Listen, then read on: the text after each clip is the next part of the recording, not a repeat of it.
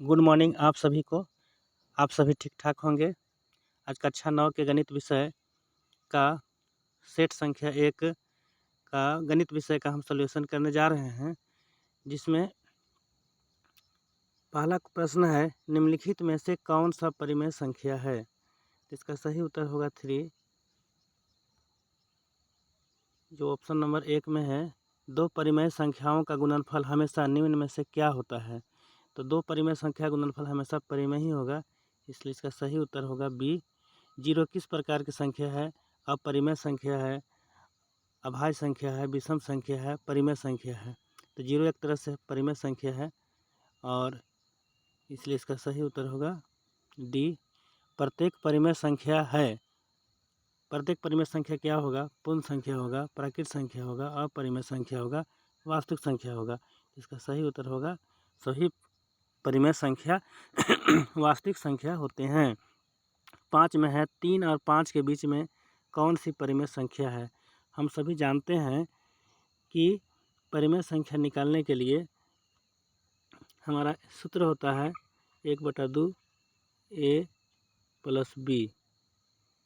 तो अब इसमें निकालेंगे तो 1/2 हो गया और यहाँ पर आपका है 3 और 4 है, तो इसका सही हो जाएगा 7/2 होगा। इसको विभाजित करेंगे तो 3.5 होगा। अब इसी के बीच में सभी को हम देखते हैं, तो पहला इसका तो ये बिल्कुल गलत है, ये परिमेय संख्या होगा ही नहीं। ये आपका सी का जो है 15/7 का जो 2.14 जो इसके अंतर्गत नहीं है। अगला चेक करते हैं बी को, तो बी का है 3.33 जो इसी के बीच में आ गया 3.5, मतलब 3 और 4 के बीच में, इसलिए इसका सही उत्तर होगा बी। अगला प्रश्न है 64 के पावर x बराबर 8, तो x बराबर क्या होगा? तो इसको हम हल करेंगे, इस तरह से हल किया हुआ है, इसको आप देख सकते हैं। इसको आधार को बदल दिया गया है और 64 दोनों कट गया, अर्थात x का वैल्यू जो आया 1/2 आया। इसका सही उत्तर 1/2 होगा। इसमें कौन एक चर वाला बहुपद है? एक चर वाला बहुपद अर्थात जिसमें जो भी होगा x या y का मान एक ही होगा, x ही होगा या y होगा। तो ये तो नहीं है, ये तो गलत है। अच्छा, उसके बाद देखते हैं सी, तो सी भी नहीं है। और यहाँ पर देखा जा रहा है कि बी में आपको सभी 2x² + 3x अर्थात चरों जो है, एक सिर्फ चर है, इसलिए इसका सही उत्तर बी होगा। आगे चलते हैं क्वेश्चन नंबर 8 में, बहुपद का 2x + 6 का शून्यक कौन सा होगा? तो शून्यक निकालने का बहुत आसान तरीका है, इसको इस तरह से निकाला गया है और x का जो वैल्यू आया है -3 आया है, इसलिए इसका सही उत्तर बी होगा। 9 में है, बहुपद x⁴ -3x² - 5 का घात। तो हम सभी जानते हैं कि घात जो है वो सबसे अधिकतम पावर को लिखा जाता है, अधिकतम घात संख्या लिखा जाता है। तो सबसे अधिकतम घात इसका 4 है, x⁴, इसलिए इसका सही उत्तर बी होगा। 10वां में है, px बराबर x - 1, तो p0 का मान क्या होगा? इसका यहाँ पर दिया हुआ है, इसको बनाया है। जब इस तरह से 0 का मान बैठाएंगे तो आपका -1 आ जाएगा, तो इसका सही उत्तर हो जाएगा सी। अगला है 2x³ -5x² - x + 3 में x² का गुणांक क्या होगा? बहुत आसान है। गुणांक में कुछ करना नहीं है, सिर्फ देखना है कि x² का गुणांक कहाँ है। तो x² जो है यहाँ पर है और x² में जो अंक है -5 है, इसलिए इसका सही हो जाएगा बी। 12 में है, यदि किसी बहुपद px x⁻31 + 1 को x - 1 से विभाजित किया जाता है तो शेष क्या होगा? बहुत आसान तरीका इसका होता है। इसका जो x - 1 है, इसका हम शून्यक निकाल देंगे तो इसका 1 आ जाता है और इस बहुपद में हम इसका मान बैठा देंगे। तो जब इसको मान देने पर क्या होता है कि इसका मान 2 आता है, तो इसका 2 है, इसका डी सही है। 13 में है, निम्न में कौन सा बहुपद द्विपद है? द्विपद अर्थात इसमें पदों की संख्या 2 होना चाहिए। तो ये तो त्रिपद हो गया, ये एक पद ही है, ये त्रिपदी है, तो द्विपद में आपका सी होगा इसका, अर्थात इसका सही उत्तर सी होगा। आगे चलते हैं। X square minus 9x plus 14 का गुणनखंड क्या होगा। इसको हल करना पड़ेगा। इसको हल करने के बाद देखा गया है ये x प्लस 7 और x प्लस 2 जो इसमें आपको सी में मिलता है, इसलिए इसका सही उत्तर सी होगा। आगे चलते हैं। ये आकृति दिया हुआ है एक, देखकर निम्नलिखित प्रश्नों को उत्तर दीजिए। तो यहाँ पर जो x और y एक तरह से संख्या रेखा दिया हुआ है। इससे पहला प्रश्न है बिंदु B का निर्देशांक क्या है। तो बिंदु B यहाँ पर आपका है, जिसमें देखा जा रहा है कि आपका ये जो है y अक्ष है और ये है x अक्ष है। तो यहाँ पर देखा जा रहा है कि x का वैल्यू कहीं पहले x लिखा, x का होता है फिर इसका y होता है। मैंने कहने का अर्थ है कि पहले भुज, उसके बाद कोटि का हम लोग अंकित करते हैं निर्देशांक ज्यामिति में। तो सबसे पहले देखा जा रहा है कि x का वैल्यू जब यहाँ नीचे आते हैं तो 5 में है, और y जो है y है 2 है। तो इसके अनुसार जब देखा जा रहा है तो इसका ये -5 है, सॉरी, तो -5 और 2 होगा इसका। तो -5 और 2 इसका मतलब इस चीज़ से ही है इसका। 16 में आते हैं। निर्देशांक -3 -5 द्वारा पहचाना गया बिंदु लिखना है इसको। तो हम लोग आते हैं यहाँ पर -3 और 5। तो -3 कहाँ पर है हमारा, x पहले देखेंगे -3, तो -3 यहाँ पर है, और उसके बाद है -5। तो -5 आते हैं तो नीचे हमको आना होगा माइनस में, तो यहाँ पर आता है, ये सीधे इसे आ जाएगा, अर्थात 5 यहाँ है। तो ये बिंदु आ जाता है इसका ए वाला, अर्थात ये बिंदु ई है, इसका ए वाला है। तो ई बिंदु हम कहाँ पर है, तो बी इसका ऑप्शन सही है। डी का भुज क्या है। डी का भुज अर्थात डी हमारे यहाँ है। डी भुज का मतलब हुआ x, सीधा स्पष्ट है कि यहाँ x जो 6 दिख रहा है, तो इसका सही उत्तर हो जाएगा ए। 18 में है बिंदु h की कोटि, अर्थात हमको y का मान निकालना है h बिंदु में। तो h बिंदु हमारा यहाँ है, h यहाँ पर है, जिसमें हमको h का क्या लिखना है, h का हमको कोटि लिखना है, अर्थात y का मान लिखना है। तो y हमको ऐसे इधर मिलेगा, अर्थात इसका हो जा रहा है इसका माइनस, मतलब 18 का है h की कोटि। तो h की कोटि, h जो है यहाँ है, इसका h का कोटि लिखना है, अर्थात y का मान लिखना है। तो यहाँ पर -3 इसका सही होगा। ये बाय मिस्टेक इसका से -5 हो गया है, लेकिन इसका सही उत्तर -3 होगा। अगला क्वेश्चन है 19 में।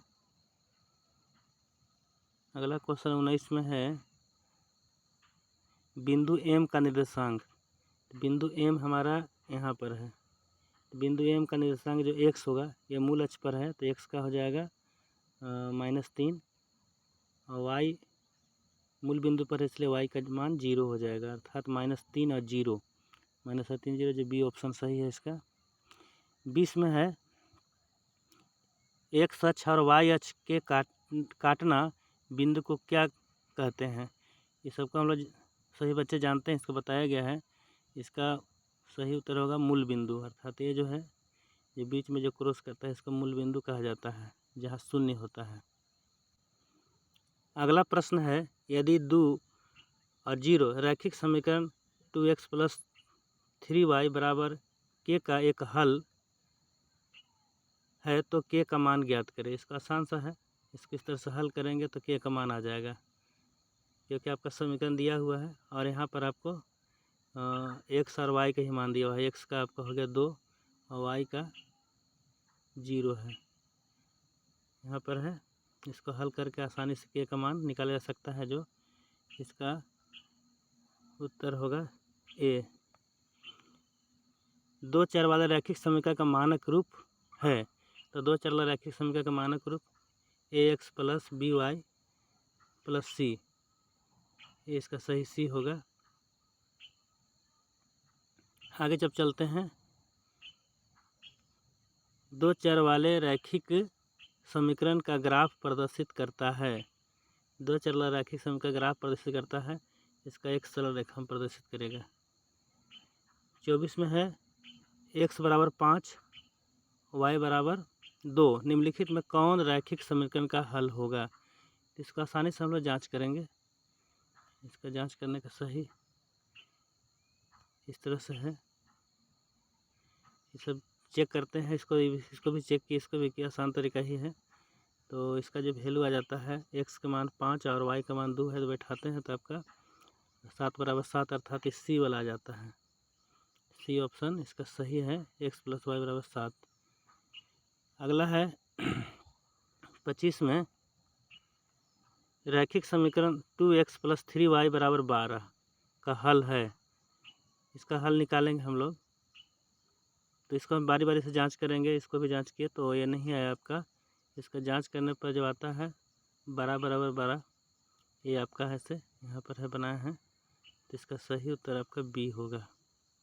आगे चलते हैं, 26वां क्वेश्चन है, यदि बिंदु 2,3 x प्लस वाई बराबर के द्वारा निरूपित रेखा पर स्थित, तो के का मान निकालें। बहुत आसान है, x का वैल्यू भी दिया हुआ है 2 और 3, 2 और 3 तो 2 हो गया x और y हो गया 3, जब जोड़ेंगे तो इसका जाता है 5। इसका सही उत्तर हो जाएगा डी। 27 में है रैखिक समीकरण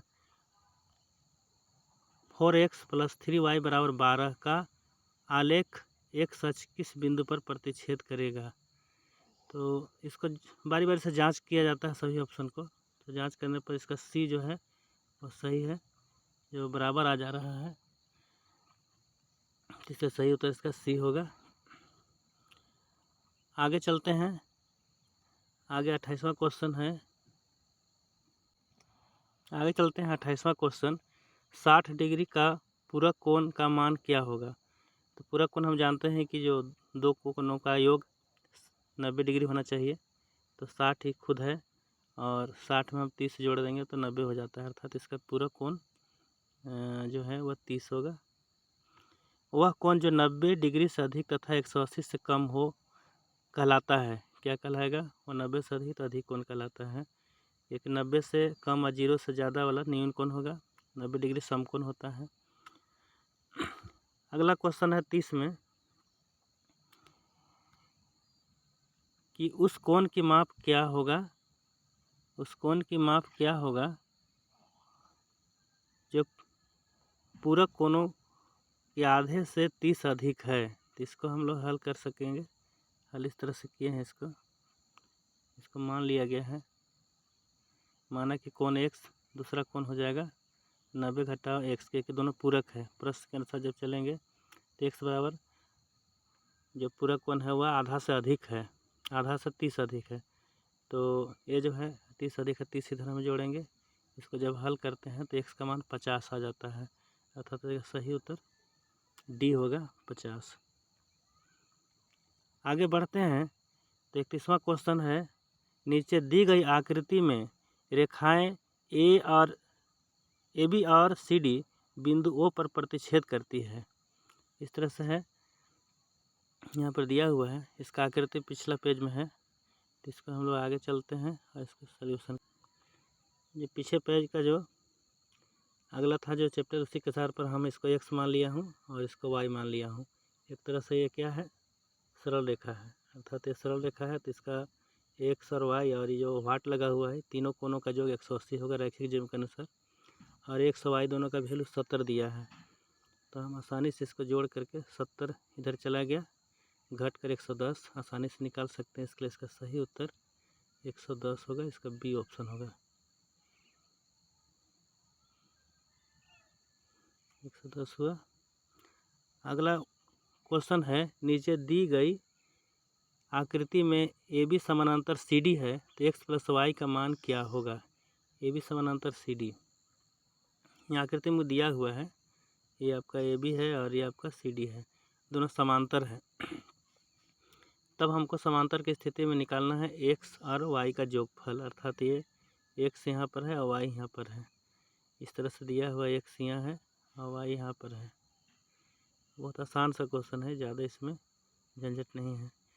रैखिक जियोमेट्री के अनुसार x का मान आसानी से निकाला जा सकता है, क्योंकि दोनों का योगफल 180 होगा। ये दोनों कोण 180 होगा तो 50 है, तो ये सीधा सीधी 130 हो गया ये x का मान। अब उसी तरह से y में आते हैं तो y में आपको सम्मुख कोण से आपके 130 हो जाएगा, y बराबर भी 130 होगा।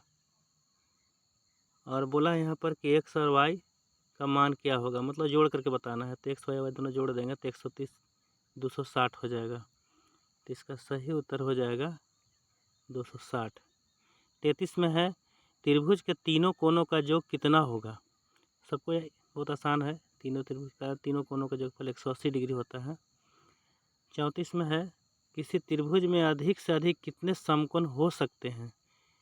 तो किसी भी त्रिभुज में अधिक से अधिक एक ही समकोण होता है, दो समकोण तो होगा ही नहीं, कि एक त्रिभुज में दो समकोण होगा तो 90 90 180 तो खुद हो जाएगा, इसलिए दो समकोण नहीं हो सकता है। अर्थात किसी भी त्रिभुज में एक ही समकोण होता है। 35 में है यदि ए बी बराबर क्यू आर, बी सी बराबर पी आर और सी बराबर पी आर है तो इसमें कौन सा त्रिभुज समरूप होगा। तो इसका हम चित्र बनाए इस तरह से, जो ये एक तरह से सर्वांगसम है दोनों त्रिभुज इसके हिसाब से। तो इसका सही उत्तर होना चाहिए ए बी, और उसके बाद है ए बी हो गया और क्यू आर। तो क्यू आर इसका ये है, तो इसके बाद फिर क्या है बी सी आपका ये हो गया। तो इसके अनुसार ए बी सी एक होगा, एक ए बी सी होगा और दूसरा हो जाएगा इसका पी आर है, यहाँ पर पी आर ए है। तो इसका हो जाएगा ए बी सी और Q R P, A B C और क्यू आर पी यहाँ पर है। तो इसका तो अच्छा इसमें डाउट है। अच्छा इसको छोड़ते हैं, इसको देखते हैं आगे। तो लगता है इसमें से कोई नहीं होगा। अगला क्वेश्चन है 36 में निम्नलिखित में कौन सा त्रिभुज के सर्वांग समता की एक कसौटी नहीं है। तो हम सभी जानते हैं कि सर्वांग समता कसौटी होता है एस होता है, एस होता है और एंगल साइड होता है, RHS होता है और एक कौन छूट रहा है, एक छूट रहा है एंगल साइड एंगल। इस 5 ही है, ये 5 में यहाँ पर देखना कौन नहीं है। तो एस तो इसमें हम होता ही नहीं है, इसलिए इसका सी सही उत्तर होगा। 37 में है दो त्रिभुज सर्वांगसम होते हैं यदि इन त्रिभुजों के दो कोनों का युग्म बराबर हो तथा वह भुजा जिस पर दोनों कोण बन रहे हैं बराबर हो तो किस प्रकार के सर्वांगसम होंगे। यहाँ पर कहा गया है कि दो त्रिभुज सर्वांगसम होते हैं जिसमें दो कोण है अर्थात, और उसके बीच का भुजा है, दो कोण बीच का भुजा, तो दो कोण हो गया और इसका बीच का भुजा है, तो अर्थात एस इसका सही उत्तर ए होगा। 38 में है समबाहु त्रिभुज का प्रत्येक कोण होता है, समबाहु त्रिभुज का प्रत्येक कोण 60 डिग्री होता है, इसका सही उत्तर ए होगा 60 डिग्री। अगला प्रश्न है यदि एक त्रिभुज के तीनों भुजाएं दूसरे त्रिभुज के तीनों भुजा के बराबर हो तो दोनों त्रिभुज का सर्वांगसम होंगे। ये तीनों भुजा से संबंधित है अर्थात एस है, इसका सही उत्तर हो जाएगा ए। आकृति 40 में आकृति में त्रिभुज BOC तथा त्रिभुज AOD सर्वांग समता के किस नियम का पालन करता है। मतलब नियम सर्वांगसम है किसके अनुसार है। तो यहाँ पर दिया हुआ है, एक तो यहाँ समकोण का चिन्ह दिख रहा है अर्थात एक एंगल है और एक की भी एंगल हो गया, तो एक हो गया कोण बराबर हो जाएगा।